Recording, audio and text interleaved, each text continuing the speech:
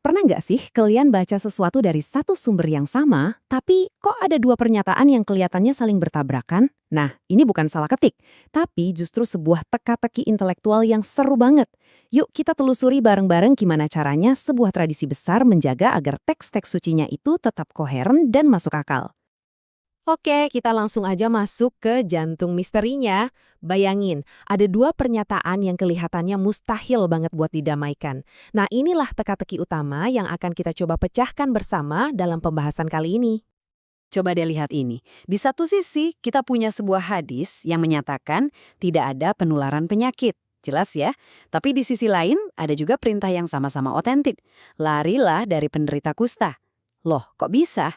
Keduanya dari sumber yang sama, tapi maknanya kelihatan 180 derajat berbeda. Nah, ini kan jadi pertanyaan besarnya ya. Gimana ceritanya dua hal yang tampaknya berkebalikan ini bisa sama-sama benar? Apakah ini sebuah kesalahan? Atau jangan-jangan ada sesuatu yang jauh lebih dalam yang perlu kita pahami? Pertanyaan inilah yang akan jadi pemandu kita. Ternyata masalah kayak gini tuh bukan hal baru. Para ulama dari zaman dulu udah sadar betul soal ini. Dan mereka bahkan punya sistem yang, wah, canggih banget buat menanganinya. Yuk kita coba bongkar toolkit atau perangkat yang mereka pakai.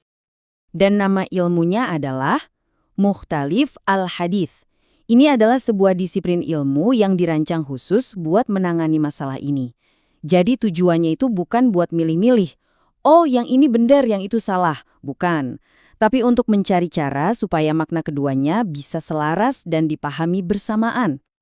Nah, yang paling menarik di sini adalah prioritasnya. Jadi langkah pertama dan yang paling utama bagi para ulama itu bukan memilih mana yang menang dan mana yang kalah. Sama sekali bukan. Tapi yang nomor satu adalah menemukan cara agar kedua teks itu bisa sama-sama dianggap benar. Ini soal harmonisasi, bukan eliminasi. Terus gimana teka-teki kita di awal tadi akhirnya terpecahkan? Gini penjelasannya. Pertama, ucapan tidak ada penularan itu bukan ngomongin sains tapi teologi. Maksudnya, penyakit itu nggak punya kekuatan independen untuk menyebar dengan sendirinya. Buktinya apa? Nabi sendiri pernah bertanya balik, lalu siapa yang menulari unta yang pertama? Ini buat menegaskan kalau Allah lah penyebab utamanya. Terus perintah larilah dari penderita kusta itu apa? Itu adalah nasihat praktis, sebuah tindakan pencegahan. Tujuannya supaya orang nggak salah kaprah dan mikir kalau penularan itu satu-satunya sebab. Karena itu bisa jadi kesalahan akidah. Jadi kesimpulannya, kedua teks ini bekerja di level yang berbeda. Satu di level teologis, satunya lagi di level praktis. Mereka nggak bertentangan, malah saling melengkapi.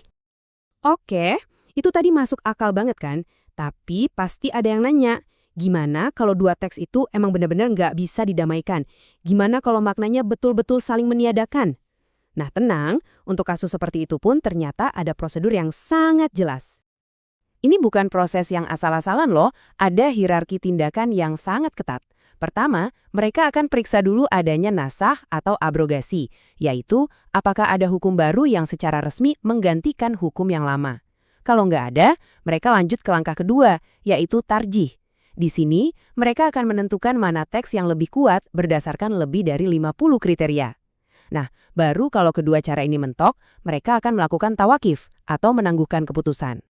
Dan poin pentingnya di sini adalah pendekatan yang sistematis ini tuh efektif banget. Saking efektifnya, langkah terakhir yaitu menangguhkan keputusan dan gak memakai kedua hadis itu hampir gak pernah kejadian. Sistem ini memang dirancang untuk selalu menemukan jawaban. Oke, sekarang kita dalemin yuk alat yang pertama dan paling kuat dalam hierarki tadi, yaitu nasakh atau abrogasi. Konsep di mana sebuah aturan baru datang untuk menggantikan aturan yang lama secara total. Jadi, nasikh wa mansukh itu pada intinya adalah ketika pembuat hukum, dalam hal ini Nabi, mencabut sebuah aturan yang sudah ada dan menggantinya dengan aturan yang baru. Anggap aja kayak update peraturan. Peraturan versi 2.0 secara resmi menggantikan dan membatalkan peraturan versi 1.0. Biar gampang, kita lihat contohnya langsung. Dulu, pada awalnya, ada sebuah larangan yang berbunyi, "Dulu, aku melarang kalian ziarah kubur." Ini adalah hukum sebelumnya, aturan versi 1.0. Lalu, datanglah perintah baru yang secara eksplisit membatalkan yang lama. Tapi sekarang, ziarahilah. Nah, ini adalah contoh abrogasi yang paling gamblang kan? Jelas banget ada aturan lama, lalu secara tegas diganti dengan aturan yang baru. Tidak ada keraguan sama sekali. Abrogasi juga bisa kita ketahui lewat kronologi sejarah. Contohnya kasus bekam saat puasa. Dulu di masa penaklukan Mekah, ada hadis yang bilang kalau bekam itu membatalkan puasa. Tapi beberapa tahun setelahnya, saat haji perpisahan, ada saksi mata yang melihat Nabi sendiri sedang dibekam saat beliau berpuasa. Nah, karena haji perpisahan terjadi setelah penaklukan Mekah, maka tindakan terakhir Nabi inilah yang menjadi hukum yang berlaku. Jadi, mengetahui urutan waktu itu jadi kuncinya. Oke, kita udah lihat betapa detail dan rumitnya sistem ini. Mungkin kita jadi mikir, kenapa sih harus sampai segitunya?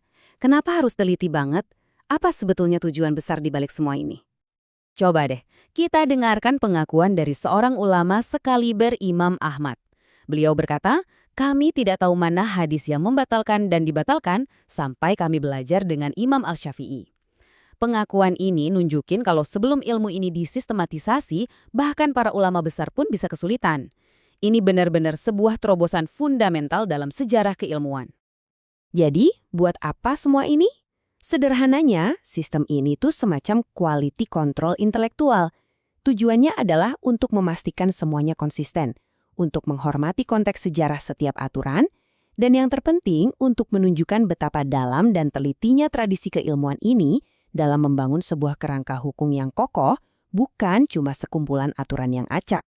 Dan ini membawa kita pada sebuah pertanyaan penutup untuk kita renungkan.